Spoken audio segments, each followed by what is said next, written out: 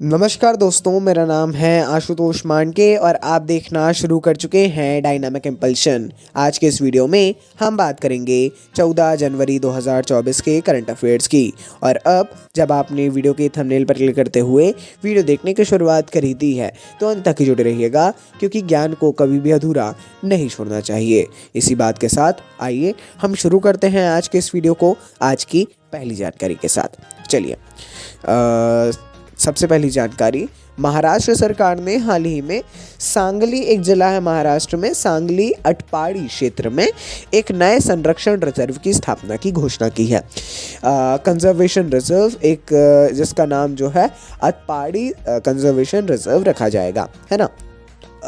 जो अटपाड़ी है ये जो विविध प्रकार की वनस्पतियों और जीवों की मेज़बानी करता है, ये क्षेत्र अब जो है कंजर्वेशन रिजर्व जो है ये और भी ज़्यादा डेफिनेटली अब वहाँ पे जो स्पीशीज़ हैं उनको और भी ज़्यादा सही ढंग से रखने में सहायक होगा। सीधे तौर पर जो है शासन मॉनिटरिंग कर सकती है ना। यही फ़ायदा होता है, ये आ सकता है, तो इसको ध्यान में रखिएगा। अटपाड़ी क्षेत्र है, कौन सा जिला? सांगली जिला, महाराष्ट्र में, ठीक है ना। इससे जुड़े हुए क्वेश्चन आ सकते हैं, ज़रूर पढ़ा करिए इन सारे चीज़ों के बारे में। आगे बढ़ते हैं, अगली जानकारी। राजस्थान के सांस्कृतिक रूप से समृद्ध जिले बीकानेर में 3 दिवसीय अंतर्राष्ट्रीय ऊंट महोत्सव बड़े उत्साह के साथ शुरू हुआ है।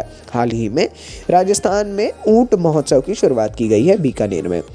ये 3 दिवसीय कार्यक्रम है और त्योहार के दिन जो है सड़कें सजे धजे ऊँटों, पारंपरिक परिधानों और रंग बिरंगे परिधानों में सजी महिलाओं की जीवंत छटा से जीवंत हो उठी। साथ ही यदि आप देखें वहाँ की कल्चर, वहाँ के ट्रेडिशन को, आपको बहुत कुछ जानने को मिलेगा। बहुत ही मनमोहक दृश्य होता है वो, है ना। ज़रूर आपको देखना चाहिए, कभी अवसर प्राप्त हो, हालांकि इस साल तो नहीं हो सकता है, अगले साल या आगे कभी, तो ऊंट महोत्सव में ज़रूर जाना चाहिए, ऐसा मेरा व्यक्तिगत तौर पर मानना है। बीकानेर राजस्थान में 3 दिवसीय कार्यक्रम। आगे बढ़ते हैं, रक्षा अनुसंधान एवं विकास संगठन डीआरडीओ ने नई पीढ़ी की आकाश मिसाइल आकाश NG AKASH आकाश मिसाइल के सफल उड़ान परीक्षण के साथ एक महत्वपूर्ण उपलब्धि हासिल की है। ओडिशा के तट पर एक एकीकृत परीक्षण रेंज चांदीपुर में आयोजित यह परीक्षण बहुत कम ऊंचाई पर उच्च गति वाले मानव रहित हवाई लक्ष्यों को रोकने की प्रणाली की क्षमता का प्रदर्शन किया, है ना। ज़रूर इस बारे में आपको देखना चाहिए और ज़रूर जानकारी होना चाहिए। इतनी जानकारी हालांकि मेरे ख्याल से तो पर्याप्त रहने वाली है, थोड़ी जानकारी और ले लेंगे तो काफ़ी पर्याप्त हो जाएगा, है ना। ज़रूर पढ़ना चाहिए। और जो ये इसका नाम है आकाश मिसाइल, इसके बारे में ज़रूर देख लीजिएगा, फ़ोटो देख लीजिएगा। आगे बढ़ते हैं, भारतीय सेना ने 2024 की प्रौद्योगिकी अवशोषण का वर्ष घोषित किया। देखिए, अलग अलग संगठनों के द्वारा अलग अलग वर्षों को अलग अलग नाम दिए जाते हैं। ये किस बेसिस पे होता है? ये जो उनके लक्ष्य रहेंगे, उस संगठन का जो लक्ष्य है वो जिस क्षेत्र में कार्य करता है उसके लक्ष्यों के बारे में बताता है। हाल ही में भारतीय सेना ने जो है 2024 को प्रौद्योगिकी अवशोषण का वर्ष घोषित किया है। अत्यंत ही ये जानने का विषय है। इस पहल का प्राथमिक उद्देश्य क्या है? परिवर्तनकारी परिवर्तन के लिए प्रेरक शक्ति के रूप में प्रौद्योगिकी का उपयोग करना, नाम से समझ सकते हैं। परिचालन और लॉजिस्टिक आवश्यकताओं पर ध्यान केंद्रित करना और परियोजना विकास के लिए घरेलू रक्षा उद्योग के साथ सहयोग करना है, ठीक है। काफ़ी इम्पॉर्टेंट है और जाहिर तौर पर पढ़ना चाहिए, जो हम बता चुके हैं। आगे बढ़ते हैं, कर्नाटक के मुख्यमंत्री सिद्धारमैया जी ने हाल ही में कांग्रेस पार्टी की 5वीं और अंतिम चुनावी गारंटी का अनावरण किया।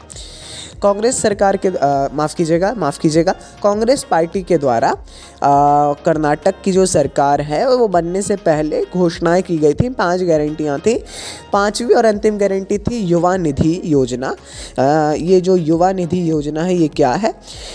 शिवमोगा के फ्रीडम पार्क में इसकी शुरुआत की गई। इस पहल का उद्देश्य है शैक्षणिक वर्ष 2022-23 के दौरान अपनी डिग्री पूरी करने वाले स्नातकों और डिप्लोमा धारकों को बेरोजगारी सहायता प्रदान करना।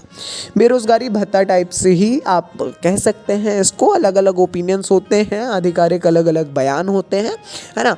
उसमें नहीं पढ़ना चाहिए, मेरा व्यक्तिगत तौर पर यही मानना है। आपको हर बार एज अ एस्पिरेंट, हाँ, ओपिनियन आप ओपिनियन अपना फॉर्म कर सकते हैं, उन बयानों को देखकर ओपिनियन फॉर्म करना भी चाहिए चूँकि आप एक एस्पिरेंट हैं, बट एक ऑफिशियल बयानों को देखना है, ना सिर्फ व्हाट्सएप, यूट्यूब। मैं ये भी बोलता हूँ कि यूट्यूब में भी काफ़ी चीज़ें ऐसी हैं जो नहीं हो पाती, है ना, क्योंकि वो भी मीडिया से ही लेते हैं अधिकतम, है ना। हम ऑफिशियल, जितना ज़्यादा ऑफिशियल सोर्स हो सकता है उनका इस्तेमाल करते हैं। यही सलाह आपको भी है किसी भी चीज़ के लिए। बाकी ये थी आज के इस वीडियो की अंतिम जानकारी। अगर कोई भी कंफ्यूजन हो किसी टॉपिक से रिलेटेड, आप लोग कमेंट सेक्शन में पूछ सकते हैं।